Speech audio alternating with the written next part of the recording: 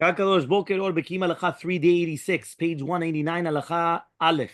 When someone purchases, we're talking about buying and selling a talit. So this is going to be Siman 20 now. So we went on to the next Siman. We're flying Simanim. Yesterday was one full Siman. Today is the next Siman. Buying and selling a talit.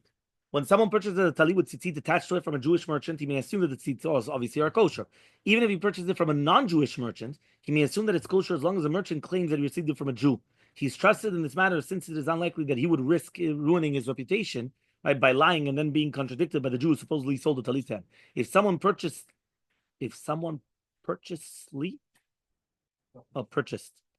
whatever, a talit with tzitzit attached to it from a non-Jew who is not a merchant, he must suspect that it is not kosher. It is purchased. It's a mistake. Fine, 250. Here is a presentation of the halachot, basically right defined by the Shulchan Aruch and Achronim. Unfortunately, many of the leading rulings presented here are no longer practical, as will be explained later on in the halacha. So if you're going to purchase a talit or tzit from a Jew, so he says like this: the Shulchan Aruch ruled that one may purchase a talit from a Jew, whether or not he's acquainted with the dealer, or whether or not the person selling it is a merchant by profession. The purchaser may assume that the tzitzit are kosher and that they were spun and plied for the sake of the mitzvah, and that the tassel was attached to the talit for the sake of the mitzvah. If the dealer is suspect, however, he may not be trusted. The Shulchan Aruch explains that the criteria for a Jew being suspect, by purchasing a talit with tzit attached from a non-Jewish merchant. The Shulchan Aruch ruled that one may purchase a talit from a non-Jewish merchant, since we may assume, right, that the non-Jew acquired it from a Jew. This leniency applies only to a non-Jew who makes a livelihood as a merchant, since we may assume that he would not lie about these things and risk ruining his reputation with the Jewish clients. If he would be caught lying, he would lose far more than what it was to gain. Of course, the merchant must declare that the customer acquired it himself from the Jew.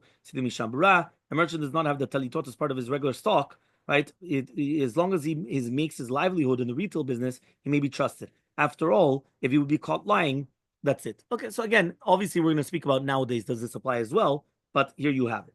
So what about purchasing the tzitzit strands from a non-Jew? The Turei Zav and Derech Chaim ruled that a non-Jew, right, may be trusted with the kashrut of the talit, since it's unlikely the non-Jew would attach the tzitzit to it. However, one may not purchase the strands, right, because maybe they were spun or whatever, is not lishma. The Rabbi and Rav Chida ruled that a non-Jew may be trusted with tzitzit strands as well. But Atzot HaChaim and the Yeshua Yaakov, they bring down the Mishnah Berurah rule that a non-Jew who deals regularly with tzitzit strands may be trusted. Okay, and this is a ruling of the Halacha Berurah as well. Okay, now we're going to talk about modern times. In modern times, things are much more complicated since there are Jews who are otherwise observant, right? He says, but who disregard the rules requiring tzitzit to be attached to the talit for the sake of the mitzvah. In some cases, tzitzit manufacturers have hired non-Jews, children or others, who are not aware of the halacha requiring the proper intentions to perform the task of spinning the tzitzit, and therefore everyone must make sure to purchase the talit and tzitzit from a company that is under supervision of a rabbinical kashrut board, who makes sure that the tzitzit are manufactured and attached to the talit in a manner according to the halacha. Furthermore, one should purchase those items from a person who has a reputation of being a God-fearing person, who would not deal in stolen goods. Otherwise, the purchaser might end up performing a mitzvah, haba'ah ba'avirah. So basically, nowadays, all these halachot have changed. Okay, let's see the footnote. Purchasing a talit from a non-Jew who's not a merchant. And then, okay, fine, we're going to skip this one. I'll just give you a very quick summary. Basically, just brings down that if someone purchases a talit with the tzitzit from a non-Jew who's not a merchant, so we're going to suspect that it's not going to be kosher, obviously. The Mishnah Berurah added that one may certainly not purchase the strands, because that's worse. Because remember, the strands have to be spun lishma. If they're already done lishma, so then the problem is that they do the lishma and putting it, but the lishma in the spinning is much worse. He says many achronim cited the response of the Khatam Sofer protesting the practice purchasing tzitzit strands from any single peddler. He says if it is a known fact, he explained that a fair percentage of people cannot be trusted. Likewise, the response of Hashem and Rukeach also said the exact same thing. Fine. What about a merchant who's caught being dishonest? Because you're going to find somebody that they're doing foul play. So he says the Kav HaChaim brings down the Shonot HaChaim relating to once a peddler was known selling tzitzit strands, and afterwards became known that he was a thief, guilty of many sins. Anyone who would purchase tzitzit strands from the person must assume that they're not kosher. If he wears them, it's considered mitzvah ba'avirah.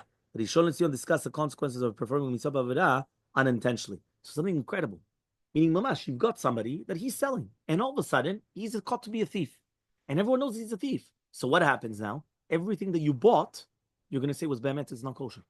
Because it was going to be mitzvah ba'avirah, it was going to be stolen. Okay, it is forbidden to sell a talit with tzitzit attached to it to a non-Jew, lest he disguise himself with it on a Jew, and right on the road and murder him, which that's happening. And how many times did it happen?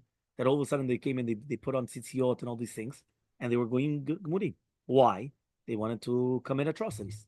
right? So people came and they caught on to them. This is forbidden even if the non-Jew is a merchant by profession. So you're not going to sell to him. In fact, it's forbidden to deposit a talit in a non-Jew's possession, whether for safekeeping or as a security deposit. It is permissible, however, to deposit a talit in non-Jew for a short time. It's going to be a very, very short time. That's going to be okay. Okay, the Talmud offers two reasons for this prohibition. One is because of the threat of a harlot. Rashi suggested two explanations. For this one explanation is that a non-Jew might disguise himself as a Jew and thus patronize a Jewish harlot. Meaning he's going to take a Jewish woman. So he says another is that the non-Jew might use the talit as payment for harlot services, and then the harlot might claim falsely that the Jew who had once owned the talit was one of her clients. So it's going to be like a chilul Hashem on the Jew, because again he sold it to the merchant. The merchant's going to give it to the zona, and the zona goes, this came from the Jew. He's one of my clients. What? So Talmud's other reason is that the non-Jew might disguise himself as a Jew. So again, one more time. The first one was the Zonah, and there were two explanations in that in Rashi. Second explanation in the Gemara is, no, he's going to accompany a Jew, and the Jew is not going to suspect anything. He sees a Jew beside him. And then what's he going to do? He's going to murder him. So because of murder. So the Rambam mentions only the last reason of murder, right? And Maran explained that the Betu said that this is because this reason is far more compelling and more likely to take place. Meaning the Rambam knew what was going on. So he said this is the reason. Right? What about attaching tzitzit to a non-Jew's garment? The Mekor HaChaim deduce from this that it is likewise forbidden for a Jew to attach tzitzit tassels to a non-Jew's garment, since this same reason is applicable. Selling talit to a non-Jewish woman. Right? The Mishnah Berurah and the Kaf HaChaim Sofer adds, right, that it should certainly be forbidden to sell a talit to a non-Jewish woman, according to Rashi's second explanation and for the Talmud's first reason. So that means, what about a non-Jewish woman? So you have the same thing. The woman who purchases it might accuse a Jew of taking her as a zonah. So he says, according to the Talmud's second reason, which is murder, there should be no problem, because we're not going to suspect that that this woman is going to come and then kill the Jew. For this very reason, it's forbidden to sell the talit to a non-Jewish merchant, since he might in turn sell it to a second non-Jew who will use it to disguise to murder Jews.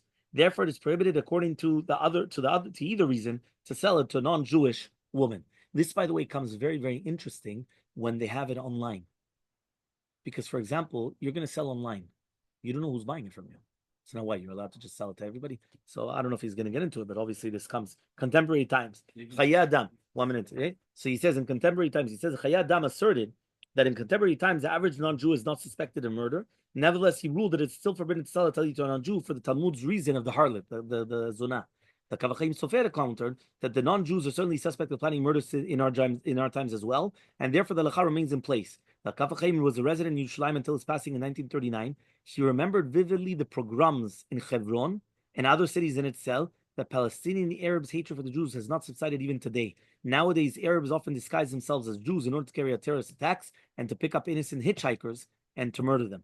So again, that means he's saying that it doesn't, meaning don't rely upon the Chaye Adam and say, nowadays doesn't apply. No. Nowadays it does apply. Okay, what about a talit without tzitzit? The Mishnah Berurah ruled that it is permissible to sell a talit to a non-Jew after removing the tzitziot, right? Even though the holes in the corners have not been sewn out. He says the source of this halacha is Rabbi Yerucham, right? Which, with the explanation of the Bet Yosef, it is possible, however, that this leniency applies to a regular garment, but not to a talit used for talit. Meaning, if it's a regular garment, that they added tzitziot, but if it's going to be mamash talit, for sure not.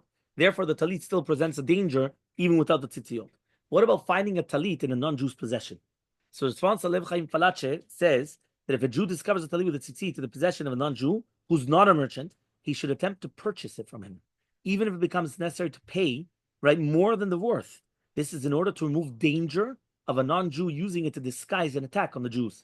The Piskei Teshuvot added that if someone finds a talit that has been discarded and there's a possibility the Rabbi Arabs might take it, he should pick it up and dispose of it where no one can retrieve it. He says, mamash, it's sakana. So they're saying a person has to be very, very careful.